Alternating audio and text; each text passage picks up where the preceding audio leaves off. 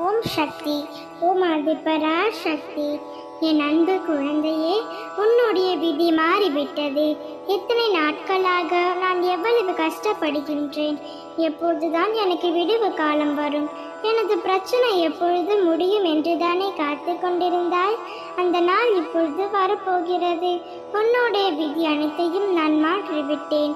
உன்னுடைய துன்பம் நிறைந்த வாழ்க்கை இனி இன்பமாக மாறப்போகின்றது.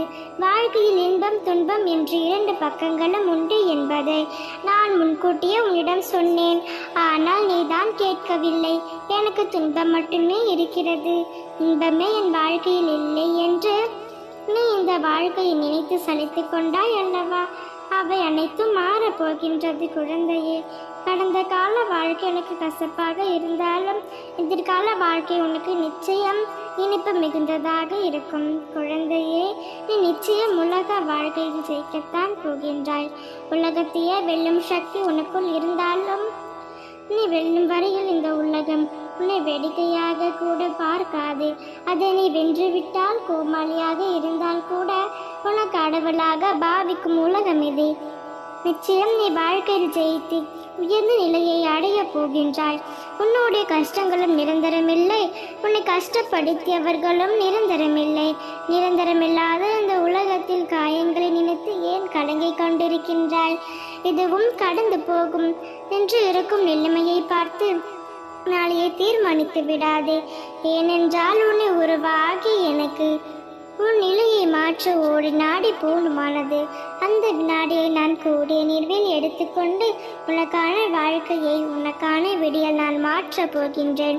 நீ இனி கஷ்டம் என்றும் சொல்லி உன் வாழ்க்கையில் இல்லாமல் ஆக்கப் போகின்றேன்.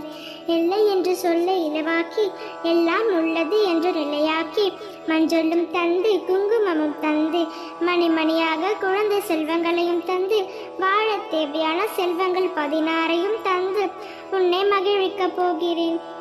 உன்னுடைய வாழ்க்கை மாறுவதில் நீயே கவனி. நம்பிக்கையோடு நீ என்னிடம் பிரார்த்தனை செய். இதுவரை இறந்ததை விட மகிழ்ச்சியாக இருக்கப் போகின்றாய். துன்பங்களுக்காக மனம் வருந்தி கொண்டு இருக்காதே. ஏனென்றால் அதுதான் உனக்கு வருங்காலத்தில் எதையும் தாங்கும் வலிமையான இதயத்தை அழைக்கப் போகிறது. துணிந்து செல். துணிவுடன் வென்றுவிடலாம். என் வாழ்க்கையை நினைத்த காரியங்கள் அனைத்தும் ஒவ்வொன்றாக நிச்சயமாக நடத்தி வைப்பேன்.